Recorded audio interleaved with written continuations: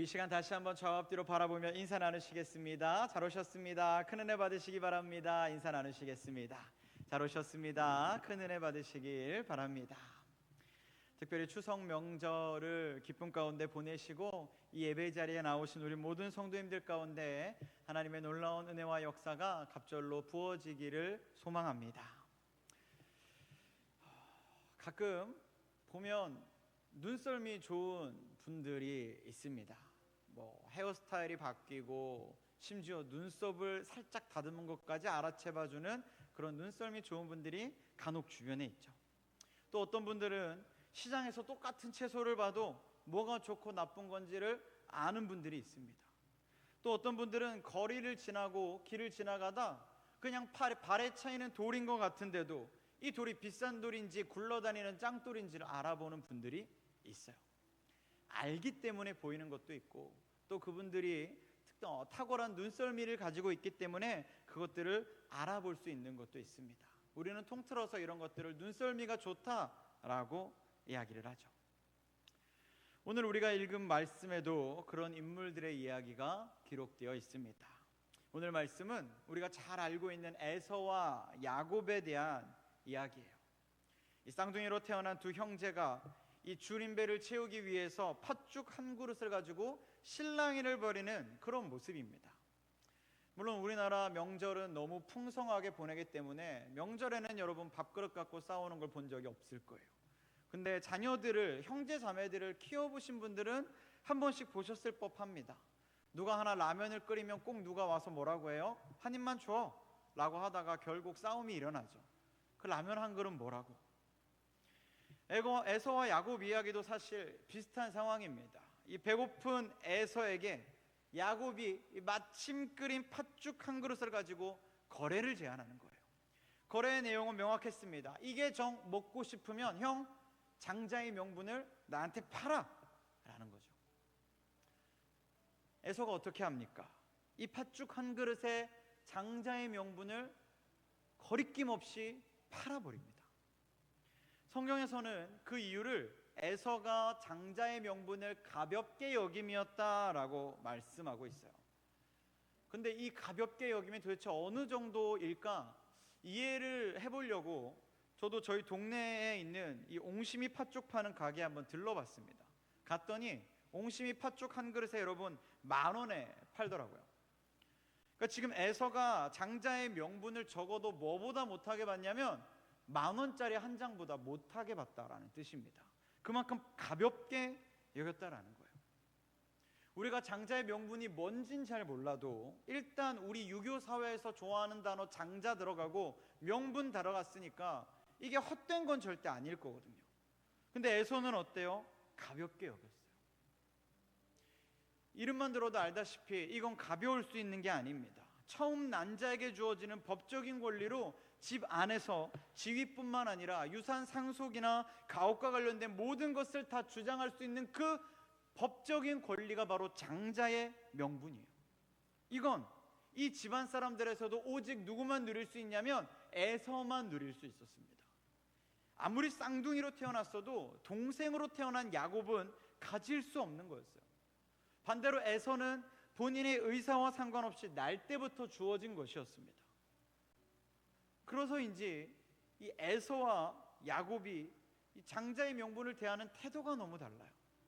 에서는 말씀에 기록된 대로 이를 가볍게 여겼습니다. 근데 야곱은 어때요? 이걸 갖고자 했어요. 이걸 취하고자 했습니다. 그리고 결국 오늘 말씀에 일어난 사건을 계기로 야곱이 이 장자의 명분을 얻게 되죠. 스토리가 너무 단조롭고 일상적으로 일어날 수 있는 별것 아닌 이야기처럼 보여서 우리가 이게 가볍게 느껴질 수 있지만 사실 생각보다 굉장히 큰 일입니다. 이 에서와 야곱이 자기들 멋대로 거래를 하긴 했지만 사실 이 장자의 명분은 누구의 집에 대한 권리냐면 믿음의 조상 아브라함의 가문 이삭의 집안에 대한 권리였어요. 여러분, 이 아브라함의 자손, 이 이삭의 집안이 어떤 집안입니까? 창세기 13장 2절을 보니까요, 이 아브라함에게 가축과 은과 금이 풍부하였더라 라고 기록합니다. 아브라함이 이삭을 낳았고 이삭이 에서와 야곱을 낳았어요. 아브라함이 집안이 비록 유랑 생활을 하긴 했지만 엄연히 목축업이라는 가업이 있었고, 성경에 기록된 것을 보아 추측할 때 그들의 가업은 굉장히 부유함을 누리고 있었습니다. 그러니까 오늘날 좀 비유해서 표현하면 축산 재벌인 거예요. 그리고 이 축산 재벌임과 동시에 은과 금 또한 풍부했다고 기록하니까 정말 부유한 삶을 살은 거죠. 우리가 잘 아는 이야기 중에 뭐가 있습니까? 창세기 13장 6절을 보면 이 롯과 아브라함이 뭐를 하나요? 너무 부유해서, 가진 게 너무 많아서 그들이 함께 동거할 수 없었음이라 라고 기록하고 있습니다. 여러분, 얼마나 많으면 같이 살 수 없을 정도라고 얘기를 하겠어요? 그만큼 부자였던 거거든요. 뿐만 아니죠, 롯이 적들한테 사로잡혔습니다. 그때 아브라함이 어떻게 해요? 직접 조카 롯을 구하기 위해 구출에 나서는데 창세기 14장 4절을 보면 그 집에서 길리고 훈련된 자 318명을 거느리고 단까지 쫓아갔다라고 기록합니다. 이 사람들은 아브라함 집에서 먹고 자며 기르고 훈련받은 사람이었고 그게 318명이에요. 별로 안 놀라실 것 같아서 제가 또 준비를 했습니다. 여러분, 요즘요 한 달 법정 최저 임금이요 200만 원 정도 됩니다. 200 몇만 원 정도 된다고 하더라고요. 우수리 떼고 200만 원으로 계산을 합니다. 한 사람당 200만 원씩 월급을 줘요. 318명입니다. 얼마일까요? 월급만 6억 3,600만 원이 나갑니다. 역시 안 놀라실 줄 알았어요. 조카들 용돈으로 그 정도씩은 다 주고 오셨을 테니까 안 놀라셨을 거라고 생각하는데 5만 원짜리 벌벌 떠도 저에게 큰 금액이었습니다. 여러분, 이게요 아브라함의 집안을 우리가 수치로 계산해 보거나 실제적으로 상상해 보지 않아서 그렇지 정말 어마어마한 부잣집이었습니다. 하나님께서 그를 부욕해 하심으로 정말 오늘날로 비유하면 재벌집 같은 집이었어요. 그리고 그 부유함이 다 누구에게 상속됐냐면 아들 이삭에게 상속됐죠. 그리고 성경을 보면 이삭이 삶을 허탕하게 살아서 재산을 탕진했다거나 노름에 빠졌다라는 내용이 전혀 없습니다. 그러니까 재벌 2세로서 사고 안 치고 재산 관리 잘했던 거예요. 게다가 26장 12절에 보면 뭐라고 하냐면 이삭이 농업에까지 손을 댄답니다. 원래 가업은 목축업인데 농업에도 손을 댔대요. 그리고 이걸 했더니 심지어 이게 또 잘 됐답니다. 어느 정도로요? 이삭이 그 땅에서 농사하여 그 해에 100배나 얻었더라라고 기록합니다. 그러니까요 지금 아버지가 축산재벌이었고 축산업을 이어받은 아들은 축산업에서 농업까지 계열사를 늘려서 그룹이 확장된 거예요. 어마어마한 거거든요. 엄청난 거부로 성장했고 이제 이 엄청난 거부가 두 아들을 낳았는데 그게 에서와 야곱입니다. 요즘 뭐라고 표현하냐요? 금수저 물고 태어났다고 표현하죠. 그런 아들들이에요. 그러니 이들의 삶이 얼마나 부유하겠습니까? 근데 여러분 뉴스 보셔서 아시죠? 늘 재벌가의 문제는 몇 대 때 일어나나요?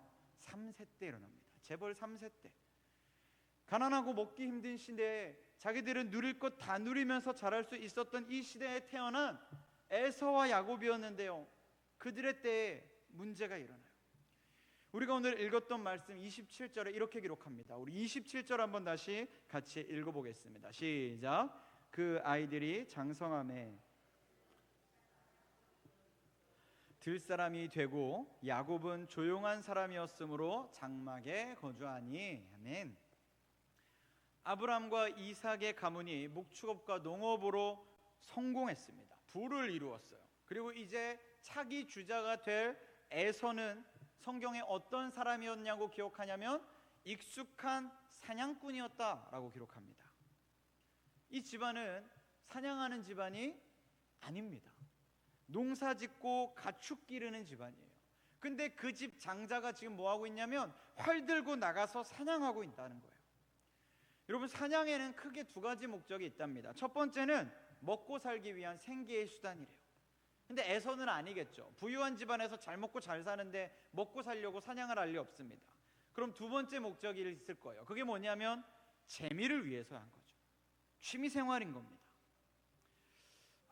사마천이 쓴 중국 역사서인 사기라는 책을 보면요 이 주나라 때 유왕이라는 서주의 왕이 사냥에 미쳐서 100일 동안 사냥을 나갔답니다.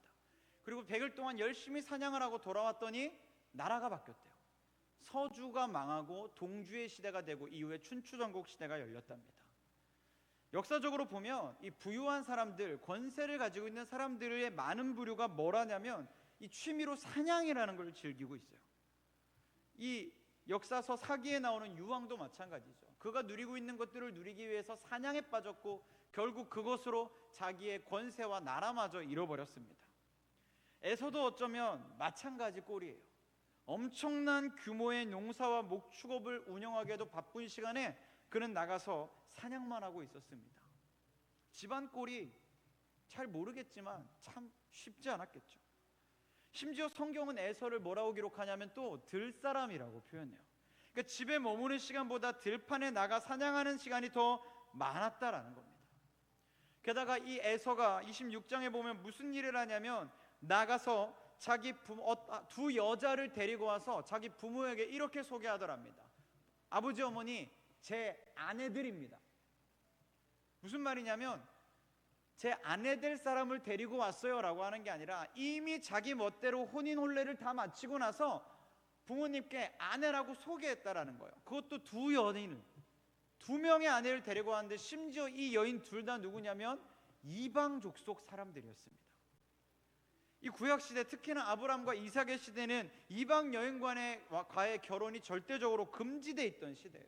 그리고 결혼과 관련해서는 가문의 대소사는 부모님에 의해 결정되는 것이 대부분이었습니다. 그래서 아브람도 어때요? 이삭의 아내를 얻기 위해 멀리 하란까지 종을 보내서 리브가를 데리고 오잖아요.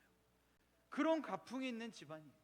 심지어 이삭은 모두가 일부다처제를 이야기하는 시대에 일부 일처를 주장하고 그것을 고수했던 굉장히 순정 있는 사람이었습니다. 그렇게 귀한 훌륭한 가풍을 가지고 있는 집안에서 자란 자녀들인데 에서는 아닌 거예요. 나가서 부모님 뜻은 구하지도 않고 자기 멋대로 법적으로도 금지되어 있는 이방 여인들 데리고 와서 통혼한 겁니다. 말이 안 되는 거죠. 그러니 그 어머니 리브가의 마음이 얼마나 아팠겠어요. 아마도 상황이 이렇다 보니 그 어머니 리브가의 마음이 야곱에게 자연스럽게 쏠렸던 것 같습니다. 사고 안 치고 다소곳이 집에 앉아서 얌전히 집 지키고 있는 이 야곱이 예뻐 보였을 거예요. 결국 이런 상황들, 길게 나열했지만 이런 상황들을 생각해 보면 어떻습니까? 에서가 장자의 명분을 잃어버린 게 순간의 실수라고 보기에는 너무 예견된 사고였습니다.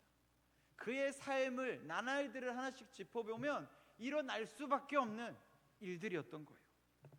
하나님이 그 가문을 어떻게 축복하셨는데, 하나님은 그들을 얼마나 흥왕하게 하시고 얼마나 많은 것들을 그들에게 허락해 주셨는데 정작 에서는 자기에게 주어진 그 본연의 일, 가장 기본적인 책무와 자세를 잃어버리고 그것을 다 박차고 나가버렸기 때문에 그에게 주어져야 할 장자의 명분, 처음부터 주어졌던 그 은혜와 축복을 그는 가차없이 잃어버리게 됐던 겁니다. 여러분, 어쩌면 이런 에서의 모습을 우리도 퍽 닮아 있는지도 모릅니다. 그동안 성경은 참 많은 이야기들을 통해서 우리에게 죄와 잘못에 대해서 이야기했어요. 그리고 그런 죄악된 것들을 쫓아 살아가는 삶의 결과가 어떠했는지도 성경은 빼곡하게 기록하고 있습니다. 근데 여전히 우리 어떻냐면요, 같은 실수를 반복하며 살아요. 우리가 범한 실수가 처음인 게 하나 없을 만큼, 우리가 범한 죄가 처음 범하는 죄인 게 하나도 없을 만큼 우리 반복하는 죄악들이 너무 많습니다. 장자의 명분을, 그 값없이 주어진 명분을 가벼이 여겼던 에서처럼 어쩌면 우리도 우리에게 주어진 이 은혜와 축복을 값없이 주어졌기 때문에 그것을 가벼이 여겨 잃어버리고 있는지도 몰라요. 저와 여러분이 누리고 있는 은혜는 결코 가벼울 수 없음을 여러분 꼭 기억하시기를 바랍니다. 하나님 우리를 구원하기 위해서 그 외아들 독생자 예수 그리스도를 보내시고 십자가에 못 박혀 찢겨 죽게까지 하셨어요. 우리는 그 은혜, 그 구원의 은혜, 그 십자가의 은혜를 누리며 살아가고 있는데 그 은혜가 내 아픔, 내 고통이 아닌 예수 그리스도의 전적인 찢김과 죽으심으로 내게 값없이 주어졌다는 이유로 너무 가볍게 여기고 있습니다. 에서가 팥죽 한 그릇과 바꾸어 버렸던 것처럼 어쩌면 우리도 잠깐의 쾌락이나 잠깐의 흥미와 또 한 번의 편안함과 바꾸어 버리고 있는지도 몰라요.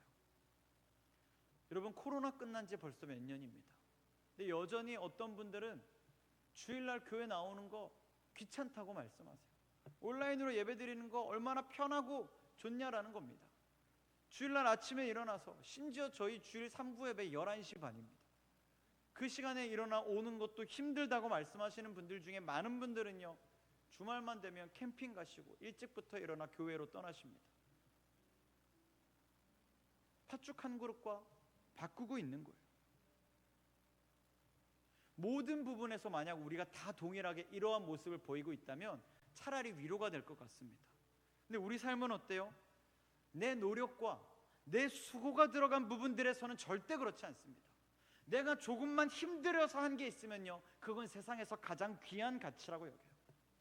내가 교회를 위해서 헌신했어, 내가 교회를 위해 최선을 다했어, 그러면 이 결과와 이 사역이, 이 행사에 대한 모든 노력이 나의 땀 흘림으로 이루어졌다고 생각하고요, 이것만큼은 애지중지 여깁니다. 그래서 이거는 누가 넘보는 것도 용서하지 않고요, 누가 여기에 숟가락 얹는 것도 용납하지 않습니다. 고생하셨다고 칭찬하고 격려하고 감사를 표하는 것에 혹시라도 내 이름 순서 뒤에가 있으면 서운해요. 내가 노력했으니까. 우리 서울제일교회 이야기는 아닙니다. 다른 교회 가면 그런 분들이 간혹 있어요.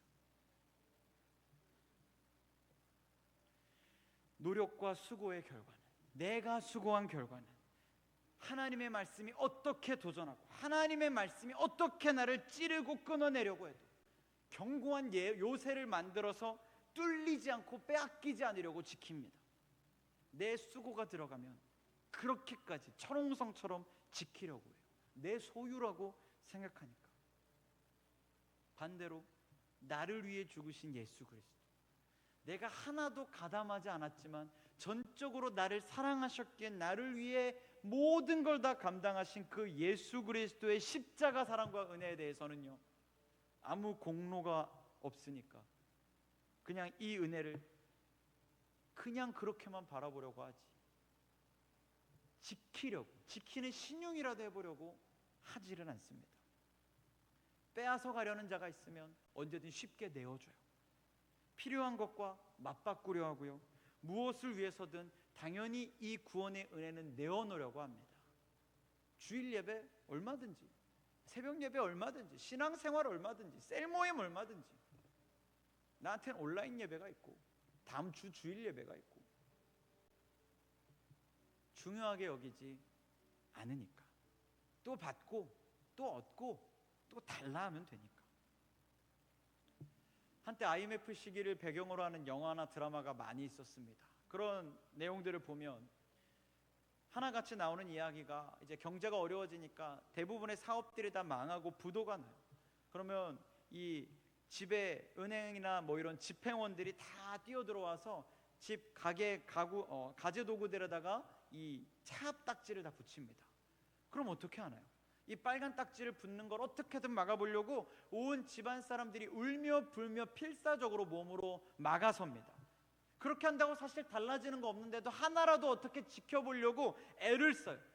귀중하게 여기니까요.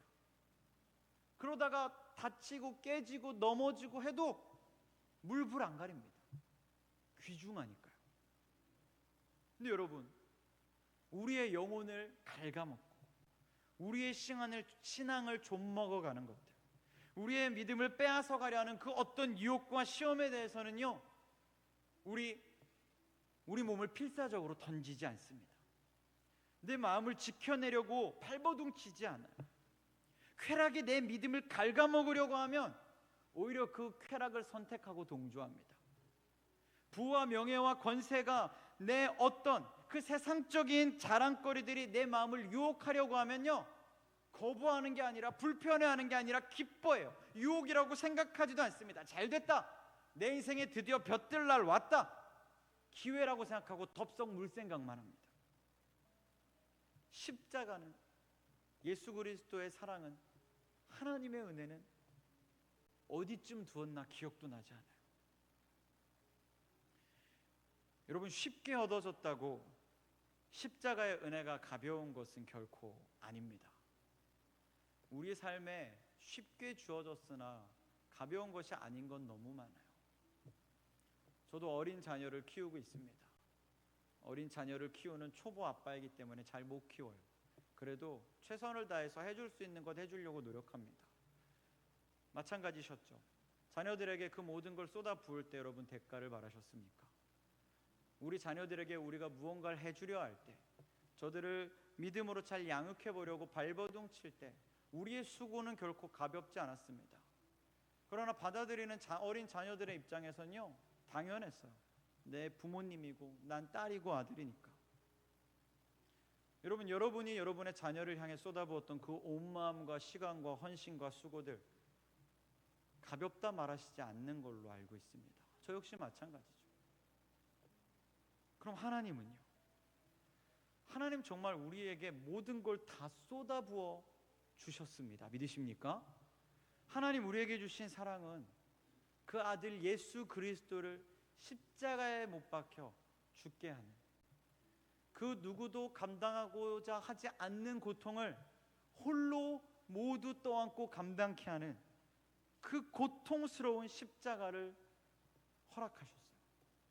근데 그 십자가가 우리에게 주어질 땐요, 아무 값 없이, 아무 조건 없이, 아무 공로도 더하지 않고 쉽게 주어졌거든요. 심지어 믿기만 하면 그 은혜가 다 내 은혜가 된다고 말씀합니다. 이렇게 쉽고 가벼운 은혜가 어디 있어요? 그러나 여러분 기억하셔야 됩니다. 결코 가벼울 수 없습니다.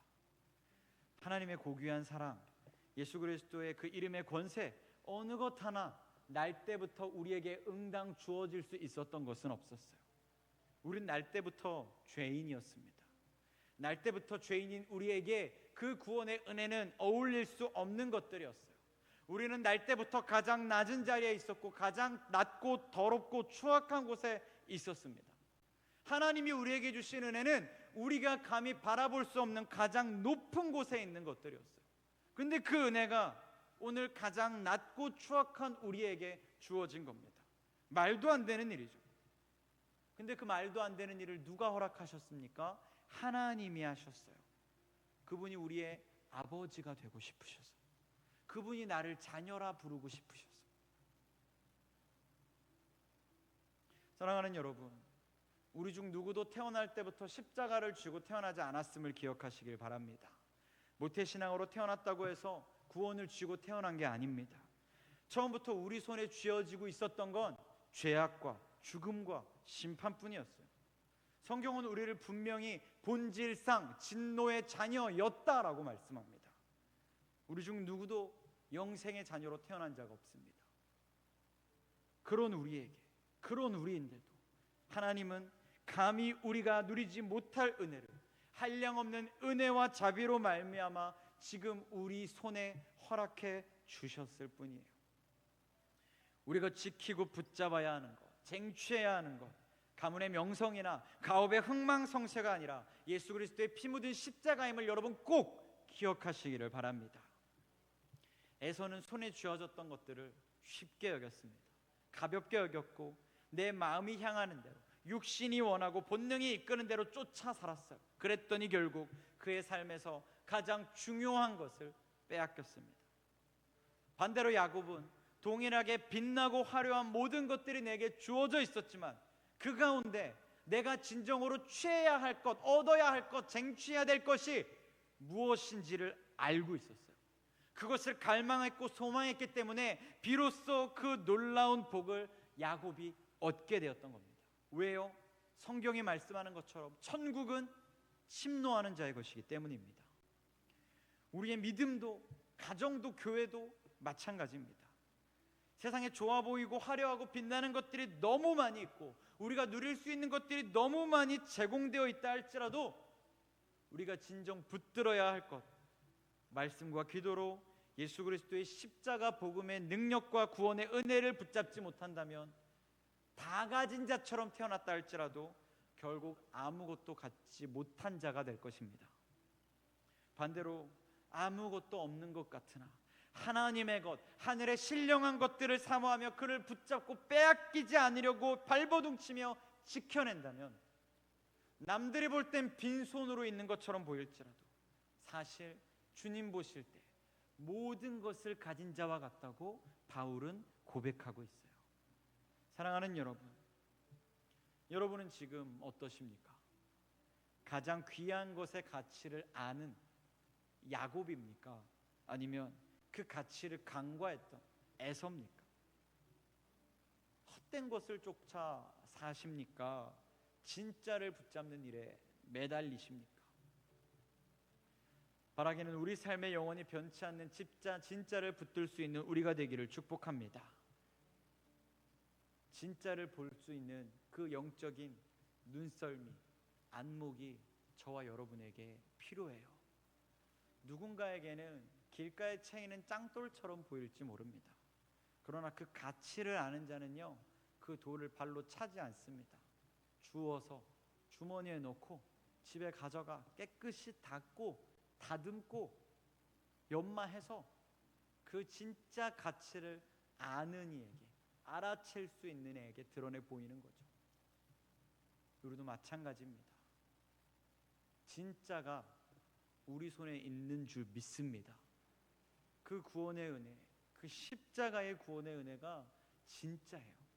세상에 아무리 더 대단한 것처럼 보이는 많은 것들을 들이밀어도 결국 진짜는 이 하나님의 말씀, 예수 그리스도의 십자가의 구원의 은혜에만 있습니다. 여러분, 이 진짜를 알아보는 눈썰미를 가지시기를 축복합니다. 영적인 안목을 키우시기를 바라요. 더 좋아 보이는 것들이 많아 보일지라도 이것 하나 붙들고 있으면 결코 후회할 일이 없습니다. 그러나 진짜를 놓친 자는 평생 땅을 치고 후회하게 돼 있어요. 후회 하나 돌이킬 수 없다고 성경은 말씀합니다. 무엇을 취하시겠습니까? 바라기는 저와 여러분 모두가 내게 이미 주어져 있다 하더라도 그 가치를 얕보는 것이 아니라 쉽게 주어진 구원의 은혜가 가진 이 놀라운 은혜와 축복의 진짜 가치를 알아봄으로 결코 빼앗기지 않고 지키고 쟁취할 줄 아는 그 믿음의 사람들이 다 될 수 있기를 이 시간 주님의 이름으로 간절히 축원합니다. 아멘. 우리 시간 함께 주신 말씀 생각하며 기도하며 나아가도록 하겠습니다. 주님, 이 시간 우리에게 허락하신 이 놀라운 구원의 은혜, 이 놀라운 축복을 우리가 이미 맛보아 알고 주님이 내게 허락하셨음을 감사하면서도 또 한편으로 이 가치를 헛되이 여기고 얕보며 가벼이 생각함으로 별것 아닌 헛되고 헛된 것들과 맞바꾸려 하고 잃어버릴 때가 많았음을 이 시간 주님께 겸손히 고백합니다. 그러나 주님, 이제 우리가 이 말씀을 통해 깨달아 다시 한번 주님께 간구하오니 주님, 우리의 영적인 눈썰미를, 영적인 안목을, 진짜를 알아챌 줄 아는 우리의 영의 눈을 띄워 주시옵소서. 진짜 가치 십자가의 구원의 은혜를 평생토록 놓치지 않을 수 있는 우리가 될 수 있도록 주님, 우리의 마음과 우리의 삶을 붙잡아 주시고 함께하여 주시고 지키시고 인도하여 주시옵소서. 또한 우리 교회를 위해서 기도해 주시고 또 병원 가운데 있는 환우들을 위해서 기도해 주시고 또 지금 손바닥만한 조각구름이 떠오르는 소식을 통해 우리가 더욱더 기도해야 될 줄 압니다. 둔촌동 시대가 활짝 열릴 수 있도록 주님, 우리 서울제일교회를 축복하여 주시고 들어 사용하여 주시고 주님, 막힌 길을 열어 주시고 홍해를 가르시고 그 중간을 건너는 우리 서울제일교회가 될 수 있도록 주님 역사하여 달라고 우리 시간 또한 마지막으로 가져나온 모든 기도의 제목을 가지고 이 시간 간절한 마음으로 주님의 이름 세 번 부르짖으면서 기도하며 나아가겠습니다. 주여, 주여.